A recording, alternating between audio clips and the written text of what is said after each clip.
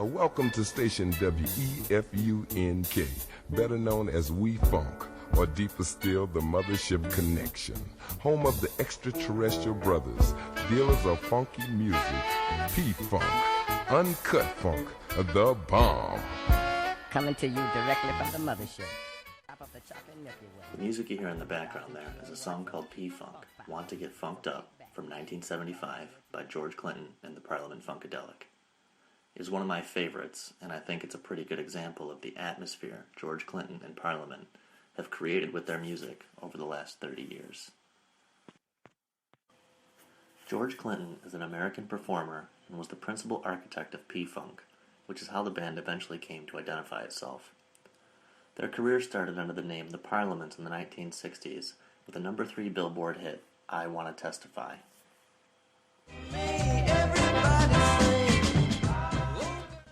The Parliaments were originally a doo-wop group from New Jersey, formed in the late 1950s by George Clinton, Ray Davis, Fuzzy Haskins, Calvin Simon, and Grady Thomas, with Clinton at the head of the group and also the band's manager. Following their success, Clinton quickly added a backing band to the collective group and went on tour. Shortly after, following a contractual dispute, Clinton temporarily lost the rights to the name The Parliaments and created the Funkadelics as an offshoot with many of the band members. After regaining the rights, the band was then just referred to as Parliament and was again under the control of George Clinton. Clinton now had the control of both groups and marketed each as different types of funk. During the early 1970s, Clinton released the song The Breakdown under the Parliament, which reached number 30 on the R&B charts.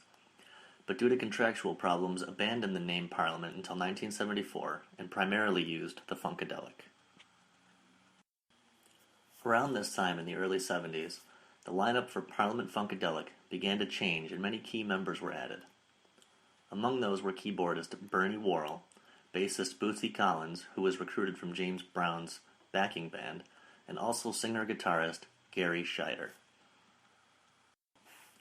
If anyone has ever seen Clinton and his band live or seen a video, Gary Scheider is the iconic stage performer who dons an oversized diaper and was referred to aptly as the Diaper Man.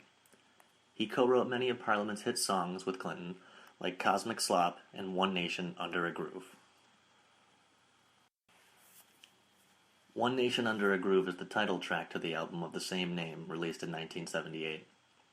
The lyrics and title of the song resemble the messages and influence of other space-aged artists of the time, like Sun Ra, who had a vision of people being united and moved through the music. One nation under a groove. The album introduces Funkadelica, a nation where the funk rules and cannot be stopped or labeled.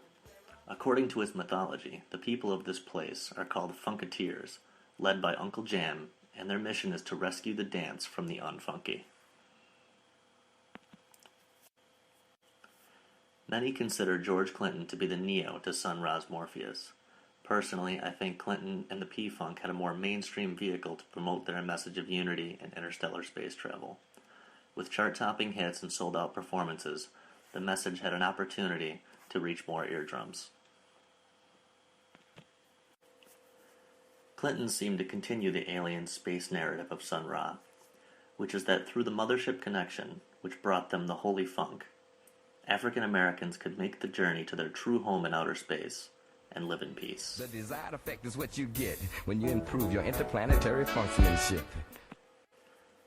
Throughout the 1970s and 80s, P-Funk concerts had become legendary. One could expect to see up to 30 members on stage, dressed in top hats, sombreros, space pimp suits, or nothing but a diaper. Though he may have struggled with contractual rights to his groups, George Clinton had his audience.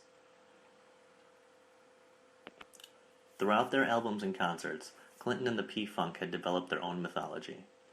Characters such as Starchild, who was the voice of the DJ on the intro track to this presentation, is a divine alien being who traveled to Earth from a spaceship.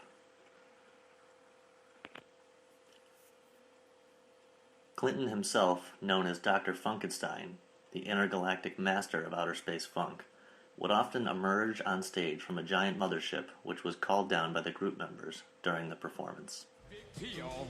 Dr. Funkenstein here, the disco beat with the monster sounds. Dr. Funkenstein is capable of fixing all of man's ills. He states that because the bigger the headache, the bigger the pill, and he is the big pill.